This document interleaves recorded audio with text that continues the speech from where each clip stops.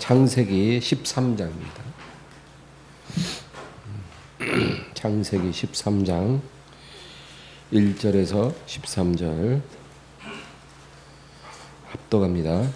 아브라함이 애굽에서 그와 그의 아내와 모든 소유와 룻과 함께 네겝으로 올라가니 아브라함에게 가축과 은과 금이 풍부하였더라.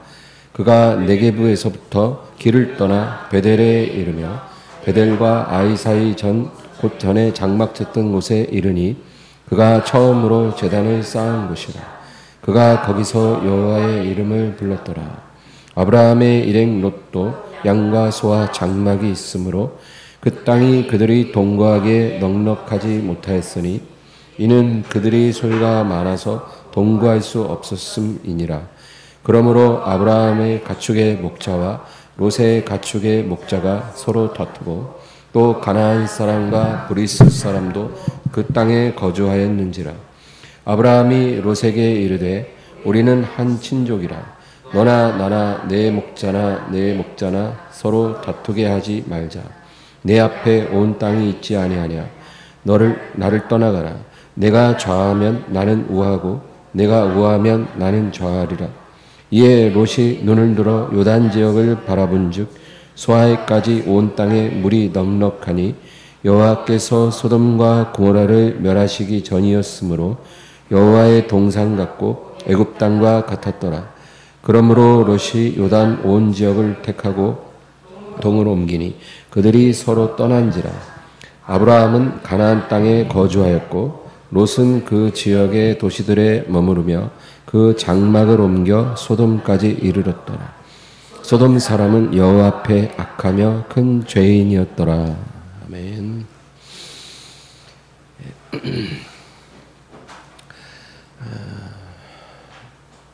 이스라엘 백성들은 애굽에서 종살이하다가 하나님의 부르심을 받았습니다. 그래서 430년을 종살이를 했다는 것은 엄청난 기간이죠. 그런데 하나님께서 이제 때가 참에 그들을 구원하시고 자기 백성으로 삼으시려고 모세를 그들에게 보내신 것입니다. 그래서 하나님의 목적은 세 가지입니다. 첫째로 이스라엘 백성들을 자기 백성으로 삼으시기 위함입니다. 그들은 바로의 백성이었어요. 그러나 그들을 자기 백성으로 삼으시려고 모세를 보내신 것입니다. 두 번째는 애굽에서 나오게 해서 광야를 지나게 하시고 그 광야에서 하나님을 백성으로 준비되게 하십니다. 하나님의 백성이 됐다는 것은 어떤 신분의 변화이지만 그들의 생각까지도 그들의 어떤 삶의 방식까지도 다 변한 건 아니에요. 그러니까 신분만 바뀌었지 그 속에 있는 것들은 예전의 모습 그대로인 것입니다. 그러니까 하나님께서는 그 광야에서 이스라엘 백성을 훈련하기 원하십니다. 훈련된 뒤에 약속의 땅으로 들어가서 하나님을 온전히 섬기며 복을 받게 하려 하신 것입니다.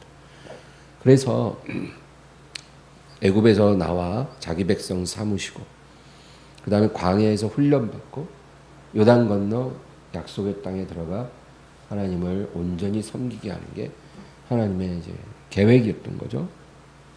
그래서 하나님이 이 광야길에서 이스라엘 백성들에게 행하신 훈련이 세 가지입니다. 우리가 왜 이것을 알아야 하냐면 이 훈련이 우리에게도 동일하게 시행되기 때문에 하나님의 모든 자녀는 이 세상에서 이 훈련을 예외 없이 받아야 합니다. 그래서 이 세 가지 훈련이 뭐냐? 첫째는 만나 훈련입니다. 만나를 먹는 훈련. 여러분 이 만나라는 게 뭐예요? 만나라는 이 히브리 말은 이것이 무엇인가라는 뜻입니다. 그러니까 그 만나가 탁 하늘에서 내려왔을 때 사람들이 처음 보는 거. 이게 무엇인가 이렇게 말하는 게 만나예요. 그래서 여러분 처음 경험하는 양식이었습니다. 조상 대대로 애굽에서 수많은 음식을 경험했지만 그 만나는 처음으로 경험하는 완전히 새로운 양식이었어요. 이것이 출애굽을 하고 나서 2달 반이 지났을 때 하늘에서 내려오기 시작했습니다. 매일 아침. 그러니까 출애굽했다는 건 뭐예요? 구원받았다는 거예요. 사람이 구원받았다고 해서 성경을 바로 읽거나 그러지는 않잖아요. 그렇죠? 이스라엘 백성도 출애굽하고 나서 그 다음 날부터 만나를 먹은 게 아니에요. 2달 반이 지나서 만나가 내렸다 그래요. 그럼 2달 반 동안 뭐 먹었냐? 그럼 애굽에서 갖고 나온 거 있잖아요. 바리바리 싸들고 나온 거. 그걸 먹은 거예요. 그리고 가진 게 다 떨어졌을 때 그때부터는 이제 매일 먹을 양식을 하나님이 하늘에서부터 직접 내려주신 거예요. 그리고 그 만나를 매일 먹어서 이제 요단 건너 가나안 땅에 들어가 농사 짓고 첫 수확을 먹는 그날까지 만나를 먹었다. 그러니까 하나님은 이스라엘 백성이 광야길을 지나서 정착하기 전까지 하루도 어김없이 하늘에서 새로운 양식을 주신 거예요. 이 만나의 특징은 뭐냐? 이것은 사람이 땅에서 농사지어서 얻을 수 있는 양식이 아닙니다. 우리가 노력해서 땀 흘려서 먹을 수 있는 그런 일반적인 양식이 아니고 전적으로 하나님이 하늘에서 내려주시는 양식이에요. 이것은 매일 아침 들판에 나가서 거기에 내려있는 만나를 거두어 오는 거예요. 그러니까 이스라엘은 그걸 얻기 위해 농사 지을 필요가 없어요. 어떤 특별한 노하우가 필요 없어요. 매일 아침 눈 뜨고 진 앞에 나가면 그거를 주워 담아 오기만 하는데 희한한 거는 그날 먹을 것만 갖고 와야 한다. 그렇죠? 더 많이 갖고 와도 소용이 없는 거예요. 하루 이상은 만나가 보관되지 못합니다. 그 다음에 약속의 땅에서 새로운 양식을 하나님이 주실 때까지는 이것은 계속되는 것입니다. 광야길을 걷는 동안 이 만나를 계속 먹으라는 거예요. 이게 하나님의 뜻입니다. 여러분, 만나가 무엇을 의미하는지 우린 알죠? 하늘에서 내려오는 완전히 새로운 양식. 뭐예요? 하나님 말씀이죠. 그래서 하나님의 백성이 아니면 만나를 먹을 일이 없지만 하나님의 백성이 되면 우리가 약속의 땅에 들어갈 때까지 매일 아침 새로운 만나로 우리는 그것을 먹어야 합니다. 하늘 양식을 먹어야 한다는 거예요. 이 세상 양식만이 아니라 더 중요한 하늘 양식을 매일 우리가 먹으면서 이 광야길을 지나야 한다는 거예요. 그게 하나님의 뜻입니다. 하나님 백성은 이 훈련이 돼야 돼요. 하나님 말씀으로 살아가는 훈련. 육의 양식보다 이 영의 양식이 우리에게 더 절대적이고 더 간절한 양식이라는 것을 우리가 피부로 느껴야 돼요. 처음부터 그렇게 되는 건 아니에요. 처음에는 그냥 머리로만 우리가 알 뿐이지 이게 무슨 의미인지 잘 몰라요. 그러나 우리의 믿음이 성장할수록 육의 양식보다 영의 양식이 더 중요하다는 거예요.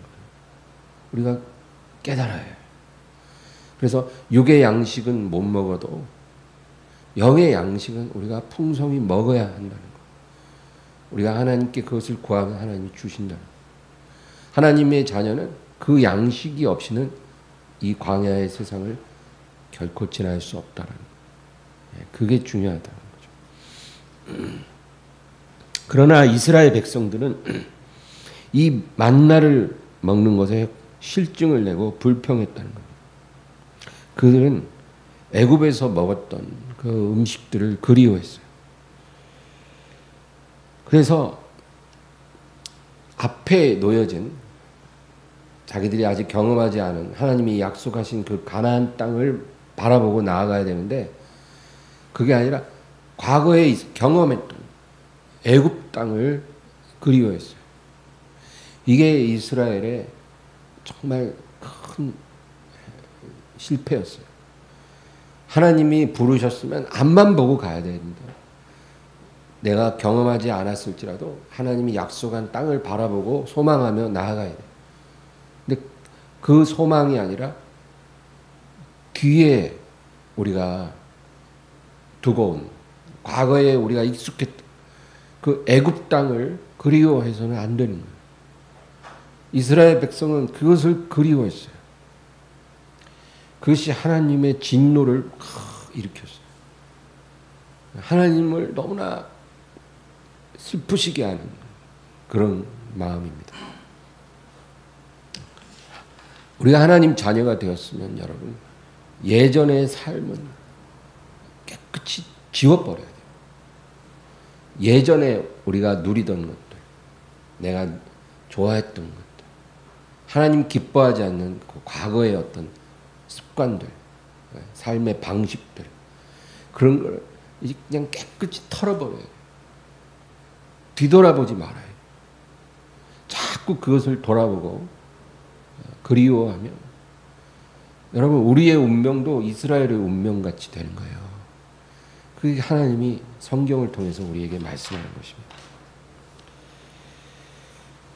그러나 이스라엘은 이 훈련을 성공적으로 받지 못했다는 거죠. 두 번째 하나님이 주신 훈련은 순종의 훈련이었습니다. 순종한다는 건 뭐예요? 내 계획이나 내 의지를 일단 접어버리고 하나님이 원하는 것을 받아들이는 거죠. 이게 말처럼 쉽지가 않아요, 여러분. 그렇게 해야 된다는 걸 누가 모릅니까? 신앙생활하면 다 알아요. 그러나 그렇게 하는 사람은 아주 소수예요. 나머지는 알아도 못해요. 그게 어려운 거예요. 말처럼 쉽게 되는 게 아니에요. 수없이 시행착오하고 된맛 보고 쓴맛 보고 막 밑바닥까지 내려갔다가 올라오고 해야 이제 그제서 우리가 깨닫고 순종해야 된다는 것을 우리가 받아들이는 겁니다. 이스라엘 백성은 이제 광야를 지날 때 무엇에 순종해야 됐냐면 그들을 따르는 구름 기둥을 순종해야 했어요. 이 구름 기둥이 희한한 게 이 성막 위에 딱 머물러 있는 거예요. 성막이 이스라엘 진의 중심에 딱 있는데 그 위에 구름이 있는 거예요. 이 구름 기둥이 있는데 그게 밤에는 그 안에 불꽃이 타오르는 게 보여요. 근데 그것이 움직이는 거예요. 그러면 그거 따라 움직이는 거예요. 기둥이 움직이면 이스라엘도 같이 움직이고 기둥이 멈추면 멈추고 그거를 계속 40년을 하는 거예요. 근데 이 구름 기둥이 언제 움직일지 전혀 알 수가 없다는 거예요. 모세도 몰라요. 어떤 때는 한 3일 만에 움직이는 거예요. 그러면 3일 내내 텐트 치고 화장실 만들고 뭐 다 준비해 놨는데 3일 만에 또 움직이면 또 그냥 바로 다 철거해 갖고 또 움직여야 돼요. 얼마나 괴롭겠냐고요. 또 어떤 때는 정말 1년이 지나도 움직이지 않는 거예요. 어떤 장소는 너무 좋아. 너무 좋아서 여기 좀 오래 있었으면 한데 한 일주일 만에 움직여. 그냥 움직여야 돼요. 기둥이 움직이면 같이 움직여요. 어떤 것은 너무 싫어서 여기 빨리 떠났으면 하는데 1년 동안 안 떠나. 머물러야 돼요. 내가 하고 싶은 대로 하는 게 아니고 성령이 인도하시는 대로 우리가 움직여야 한다는 거죠. 이게 말처럼 쉽지가 않아요. 이거를 훈련하라는 거예요. 하나님이 이 땅에서. 성령의 인도하심에 순종하는 훈련을 받아라. 우리가 그것을 원하면 하나님이 그 훈련을 시켜주시는 거예요.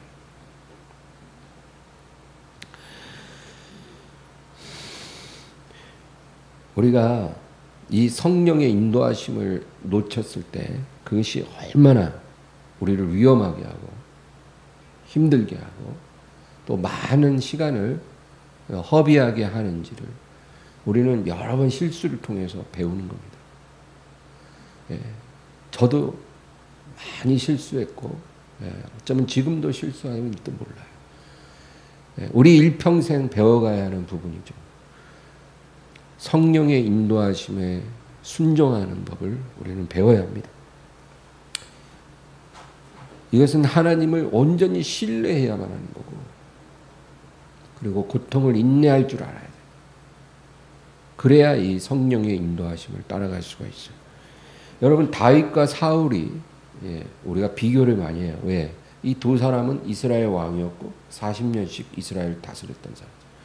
그리고 아주 비천한 가운데서 하나님의 선택을 받아 왕이 된 사람들이 공통점이 많은데 이 두 사람의 우리가 차이점을 이야기합니다. 어떤 차이가 있을까요? 둘 다 죄를 범했어요. 죄를 범한 것에는 별 차이가 없어요. 근데 여러분, 다윗은 죄를 범했고 그것을 숨기려고는 했어요. 그러나 하나님 말씀이 그를 책망할 때 다윗은 변명한 적이 한 번도 없어요. 숨기려고는 했지만 말씀이 검과 같이 자기를 찔러 들어올 때 그것을 변명하거나 외면하지 않고 그 말씀 앞에 무릎을 꿇었다. 그게 다윗이었어요. 그래서 다윗은 하나님의 긍휼을 얻을 수 있었어요. 그러나 사울은 어땠어요? 항상 변명을 먼저 해요. 하나님 말씀이 책망을 하면 일단 변명부터.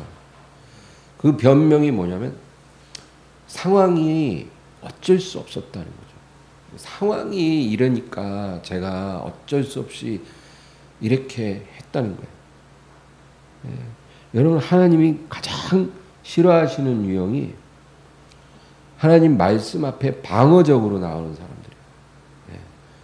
이런 사람들 하나님 제일 다루기 힘들고 싫어하셔. 말씀이 딱 임하면 이건 내 얘기다. 이러고 뭔가 깨달아야 되잖아요. 그게 아니라 저건 나하고 상관없는 얘기야. 나는 상황이 틀려. 나하고는 입장이 달라. 이렇게 방어적으로 나오고 둘러대는, 그 말씀이 나랑은 직접적인 연관이 없다는 식으로 생각하는 사람. 하나님이 제일 싫어하는 이유. 이런 사람들은요, 변화가 안 됩니다. 평생을 신앙생활해도 변화되지 않아요. 그리고 이런 사람이 별로 없을 것 같죠. 굉장히 많아요. 근데 제가 보니까 성도들보다 목회자 중에 이런 사람들이 많더라고요. 목회자가 심해요. 제가 성도들한테 이런 얘기를 하면 3명 중에 2명은 말씀을 받아들이고 1명은 반발해요. 성도들은. 근데 목회자들하고 모여 있을 때 제가 이건 뭔가 잘못됐다 이렇게 얘기를 하면 3명 중에 2명은 반발하고 1명만 받아들여요. 목회자들이 더 뭐랄까 하나님 말씀 앞에 반항적이에요. 큰일입니다. 이 사울이 그랬어요. 블레셋하고 전쟁하는데 사무엘을 기다려서 번제를 드리고 출전해야 되는데 사무엘이 조금 늦어진다고 그냥 자기가 번제를 드렸다는 거죠. 나중에 사무엘이 와서 뭐라 하니까 당신은 더디오고 적군은 다가오고 백성들은 두려워 흩어지는데 제가 어쩔 수 없이 번제를 드렸나이다. 상황이 급박하게 돌아가니까 제가 어쩔 수 없다는 거예요. 하나님이 사무엘 선지자가 올 때까지 기다리라 했으면 그냥 기다려야 돼요. 생각을 많이 할 필요가 없는 거예요. 그러니까 기다려야 되는 거예요. 하나님은 심지가 견고한 자를 평강으로 인도하신다 그랬잖아요. 근데 사울은 그게 아닌 거예요. 상황 따라 행동이 바뀌어요. 변명해요. 상황 탓을 해요. 아말렉과 전쟁할 때는 진멸하라고 하나님 분명히 명령을 내렸는데도 그렇게 하지 않았잖아요. 왜 그렇게 하지 않았냐 하니까 하나님 앞에 가장 좋은 가축으로 제사를 드리려고 백성들이 이 가축들을 내게로 끌어왔다는 거예요. 그게 사울의 변명이에요.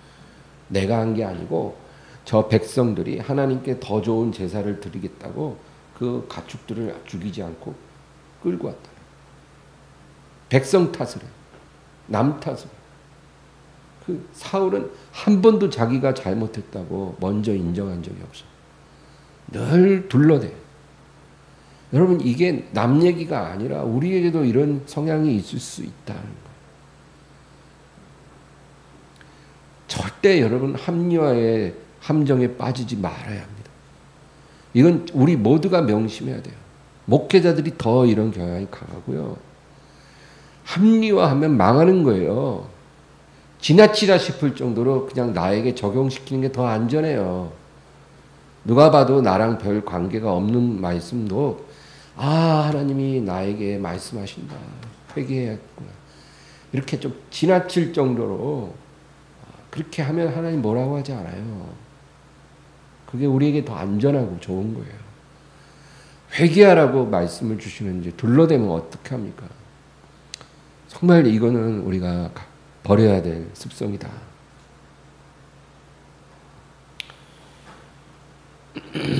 마태복음 11장 우리 한번 찾아볼까요? 마태복음 11장 16절에서 19절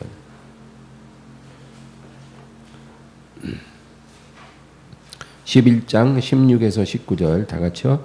이 세대를 무엇으로 비유할까? 비유컨대 아이들이 장터에 앉아 제 동물을 불러 이르되 우리가 너희를 향하여 피리를 불어도 너희가 춤추지 않고 우리가 슬피 울어도 너희가 가슴을 치지 아니하였담과 같도다. 요한이 와서 먹지도 않고 마시지도 아니하며 그들이 말하기를 귀신이 들렸다 하더니 인자는 와서 먹고 마시며 말하기를 보라 먹기를 탐하고 포도주를 즐기는 사람이요 세리와 죄인의 친구로다 하니 지혜는 그 행한 일로 인하여 옳다함을 얻느니라. 예수님은요 뭐라고 말씀하냐면 믿지 않는 사람은 어떻게 해도 믿지 않는다. 이 얘기를 하시는 거예요. 이 세대가 그렇다는 거예요. 어린 아이들이 우리가 피리를 불어도 너희가 춤추지 않고 슬피 울어도 가슴을 치지 아니했다고 노래하는 것처럼 하나님이 너희에게 어떻게 다가와도 너희들은 하나님을 믿지 않는다. 그러면 무슨 얘기를 해요? 세례 요한이 와서 나보다 먼저 와서 그가 먹지도 않고 마시지도 않고 하나님 말씀을 전하니까 너희들은 그에게 귀신이 들렸다고 말하면서 그를 믿지 않았다. 그러니까 세례 요한이 전하는 하나님의 말씀을 받아들이지 않으려니까 뭐라 그러냐면 저 봐라. 저 정상 아니다. 저 사람. 어떻게 정상인이 저렇게 사냐. 왜냐하면 세례 요한은 아주 특별했고 모태에서 성령의 충만을 받아서 이미 성인이 될 때부터는 아예 요단 광야에서 낙타털옷 입고 메뚜기와 석청막 먹고 어떻게 보면 아주 기인이에요. 그런 사람이에요. 그러니까 귀신 들렸다. 정상인 아니다. 그리고 그가 전하는 하나님 말씀을 거절했어요. 근데 인자가 와서 예수님이 와서 사람들과 늘 같이 식사를 하셔요. 어디 가든지 사람들에게과 어울려 식사하시고 그러니까 봐라. 먹기 좋아하고 먹기를 탐하고 포도주를 즐기는 사람. 그렇게 비난하면서 예수님의 말씀을 믿지 않았다. 세례 요한이 먹지도 않고 마시지도 않고 하나님 말씀을 전하면 귀신 들렸다고 그러고 내가 와서 사람들과 먹으면서 말씀을 전하니까 먹기를 탐하고 포도주를 즐기는 사람이라고 비난하고 믿지 않는 것. 어떻게 해도 이 세대는 하나님을 믿지 않는다는 것. 그게 여러분 이 죄된 인간의 모습이다. 예수님이 귀신을 막 쫓아냈어. 사람들에게 있는 귀신을 내보내니까 뭐라 그러냐면 봐라 저거 바알세부를 힘입어서 저렇게 한다고. 더 강한 귀신이 들어가서 약한 귀신 내쫓는다. 그리고 예수님을 믿지 않았다는 거예요. 예수님이 많은 병자를 고치고 오병이어의 기적을 행하니까 뭐라 그러냐면 하늘에서부터 내려오는 확실한 기적을 보여주면 믿겠다. 이미 문둥병자 낫고 귀머거리 장님 안진뱅이 죽은 자까지 살렸는데 하늘에서 내려오는 표적을 보여주면 우리가 믿겠다는 거예요. 그러니까 예수님 기가 막혀서 내가 요나의 표적밖에는 줄 것이 없다. 그렇게 말씀. 무슨 기적을 봐도 안 믿고 어떤 표적을 보여줘도 안 되는 거예요. 예수님이 자기 백성의 죄를 위해 죄 없이 십자가에 못 박히시니까 많은 믿는 여자들은 가슴을 치고 통곡했지만 대부분의 사람들은 뭐라 그러냐면 네가 지금 십자가에서 내려오면 우리가 믿어준다. 예수님이 십자가에 내려왔다 해도 안 믿었을 거라고 저는 생각해요.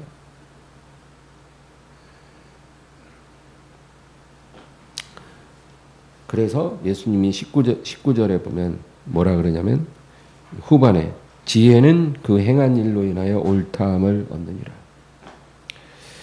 이 원어의 뜻은 뭐냐면 그 행한 일이 아니라 그 자녀들로 인하여 옳다함을 얻느니라. 그렇게 되어 있거든요. 그러니까 지혜는 믿지 않는 자들로 인해서 자기를 증명하는 게 아니라 믿는 자들의 열매를 통해서 자기의 옳음을 증명한다. 그 뜻입니다. 그러니까 여러분 믿지 않는 사람은 예수님이 와도 믿지 않고 바울이 전에도 믿지 않고 모세가 와도 엘리야가 와도 안 믿는다는 거예요.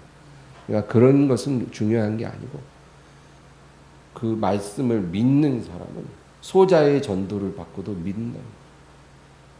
그 믿는 자의 열매로 지혜는 옳다 인정함을 받으리라. 그렇게 말씀하셨습니다.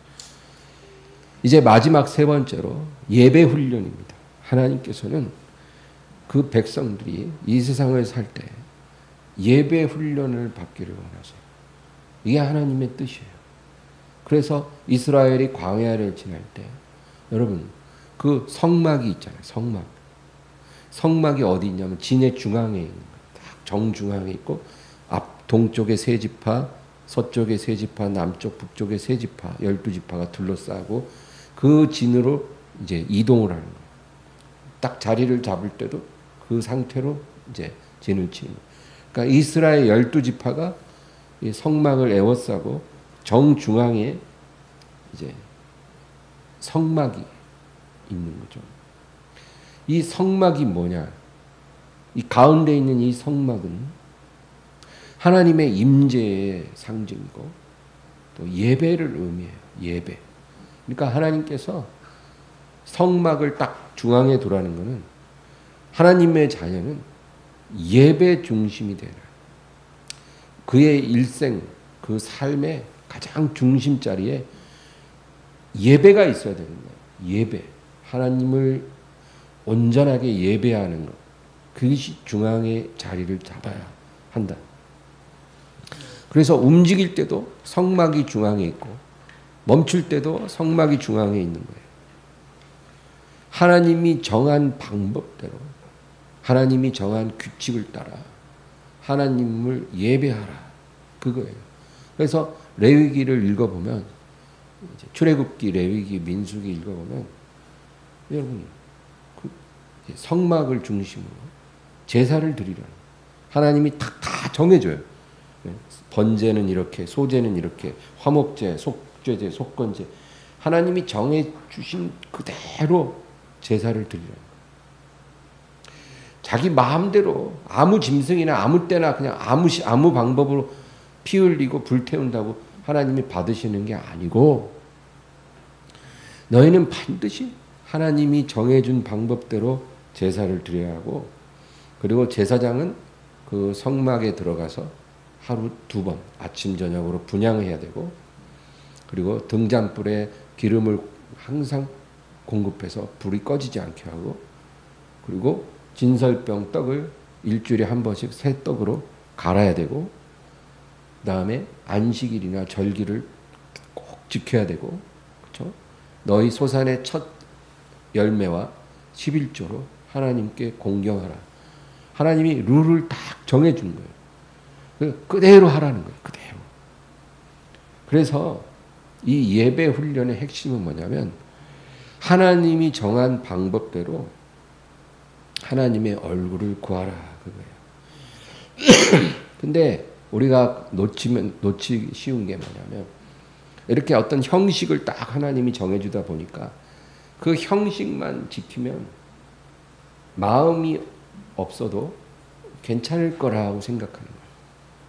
근데 바리새인들이 그렇게 해서 넘어졌잖아요. 형식은 여러분 음식을 담는 그릇이에요. 그릇. 우리가 만찬을 즐기려면 음식이 제일 중요하잖아요. 그러면 음식을 만들면 그거를 그릇에다 딱 담아서 식탁 위에 올려놔야 우리가 만찬을 즐길 수 있잖아요. 음식이 중요하지만 그릇이 불필요한 게 아니에요. 음식만 큰 솥에다 만들고 손으로 집어먹을 수는 없잖아요. 그릇이 있어야 돼요. 그러니까 어떤 형식이라는 거는 그릇이에요. 그 그릇도 정결하고 잘 준비가 돼야 되지만 더 중요한 건 그 안에 담을 음식이 훌륭해야겠죠. 하나님은 우리의 마음을 담는 형식을 부인하지 않았어요. 그 형식 반드시 필요하지만 그보다 더 중요한 것이 너희의 마음이니라. 그거죠. 그래서 사람들이 예수님 앞에서 어떤 행동을 할 때 예수님이 뭐라 그러냐면 너희 바리새인들은 근처의 11조까지 철저하게 드리잖아요. 어떤 소재물, 채소의 11조도 철저하게 떼서 하나님께 드리면서 그보다 더 중요한 의와 인과 신은 너희가 버렸다는 거예요. 그러나 이것도 버리지 말고 저것도 버리지 말아야 할지니라. 예수님이 분명하게 얘기했어요. 그러니까 우리 마음속에 의와 인과 신이 제일 중요하지만 그렇다고 해서 하나님이 정한 어떤 예배의 형식, 어떤 제물에 대해서도 너희가 그것을 부인하거나 그것을 무시해서는 안 된다. 순위가 다른 거지 둘 다 필요하다. 그 얘기죠. 그래서 광야에서 하나님이 예배 훈련을 시키신 거예요. 성막을 중심으로.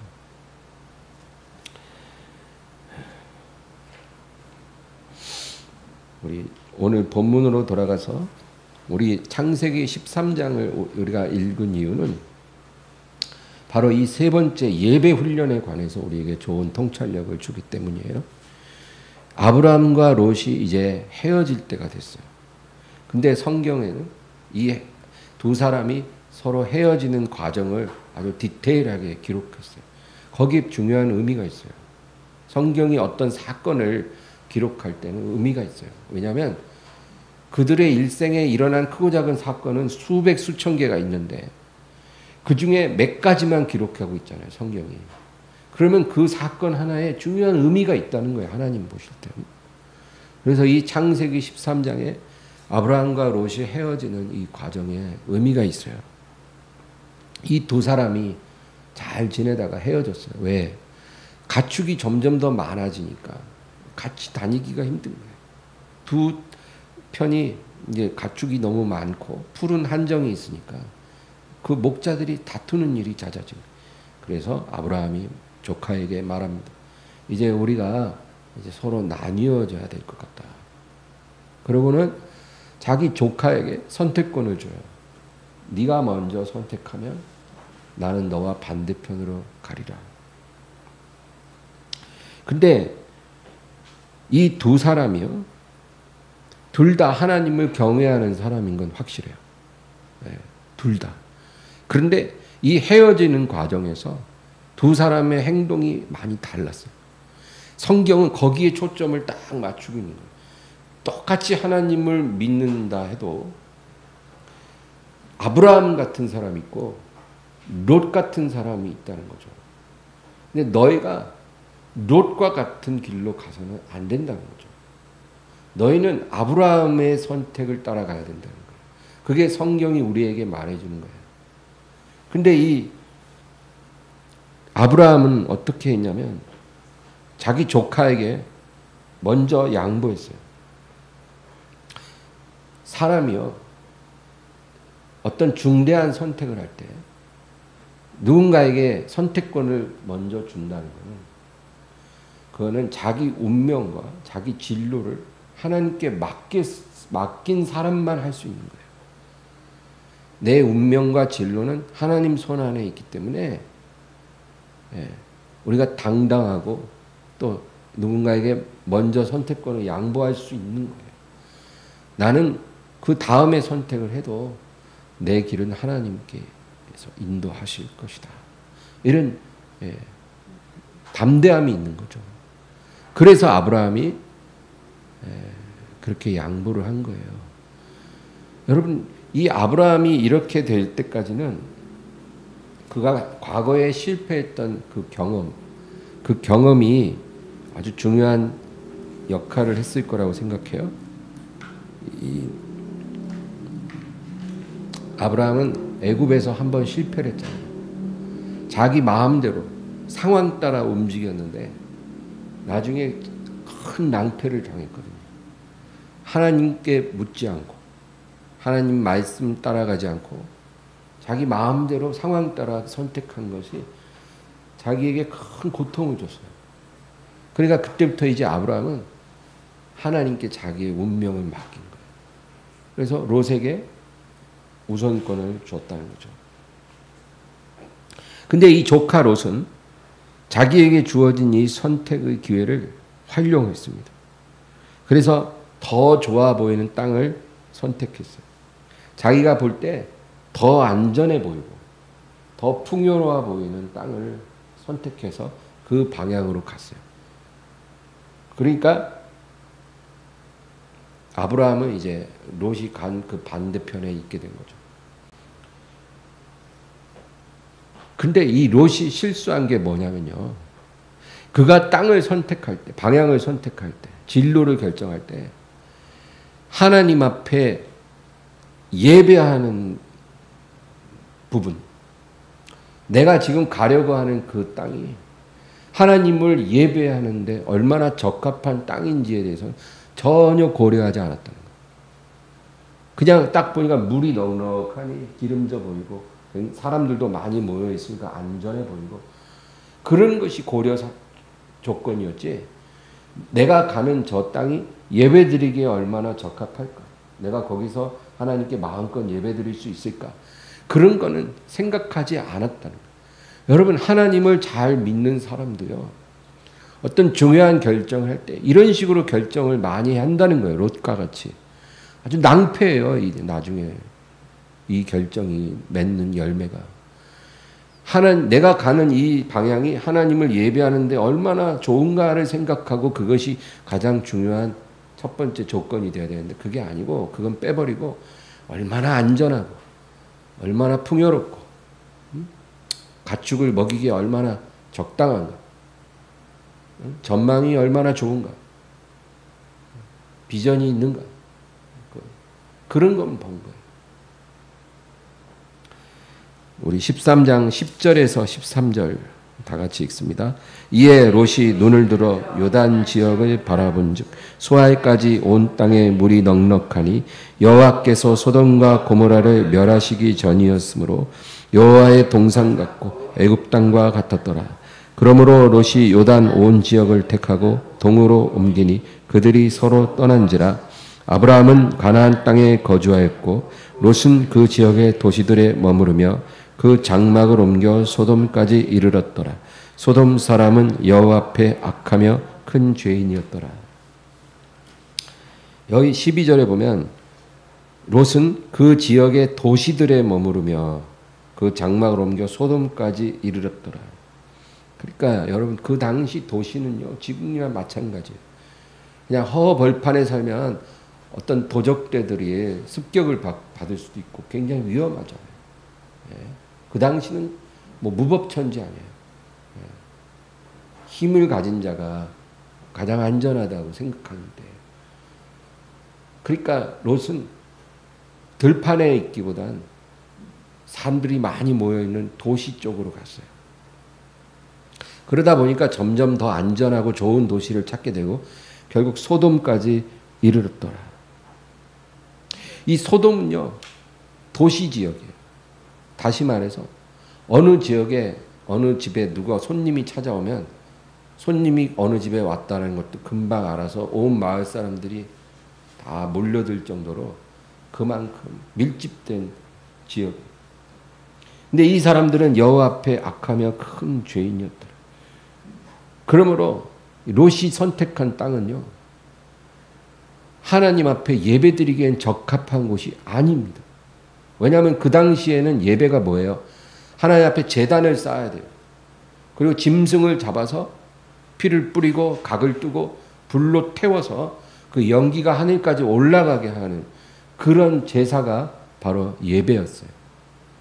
그런데 도시에 살면서, 악한 동네에 살면서 그렇게 마음껏 하나님을 예배하기가 쉬웠겠냐고요. 어려웠겠죠. 그래서 성경에 이 사건 이후로 롯이 하나님 앞에 예배드린 이야기가 하나도 안 나와요.